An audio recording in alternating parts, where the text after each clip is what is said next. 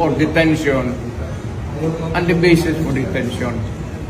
So, what is the law and what is the crime that I committed? So to me now, the legal basis for my being here, as apparently I was brought here not of my own volition. It's somebody else's. Kung hindi ibang tao, ikaw siguro, because this is your structure. So you have to answer now for the deprivation of liberty. Kung general naman kayo, alam na ba na hindi man lang siya na-serve kung anong kaso kung pinacharge sa kanya ngayon? Hindi niya alam. No? Kahit na PI man lang. Alam mo, ang charge sa kanya nasa dyaryo na. No? And then, hindi pa kayo na ganito ginagawa natin. Sumusunod tayo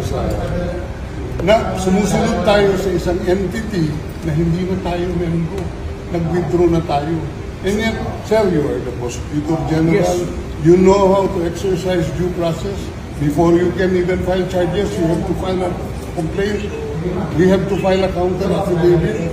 Without doing those procedural process, here we are being issued a warrant of arrest, questionable warrant of arrest. Ano naman po, sir? Sir. There's naman doon, blooper, puro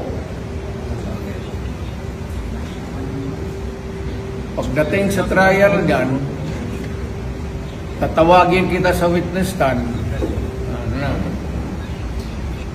Sabihin ko, you're the person who arrested me. May I know the reason why? Have you read the documents?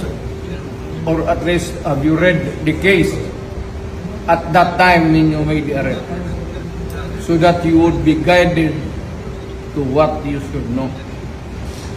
Yan lang yan. Kaibigan tayo, galing ako gobyerno.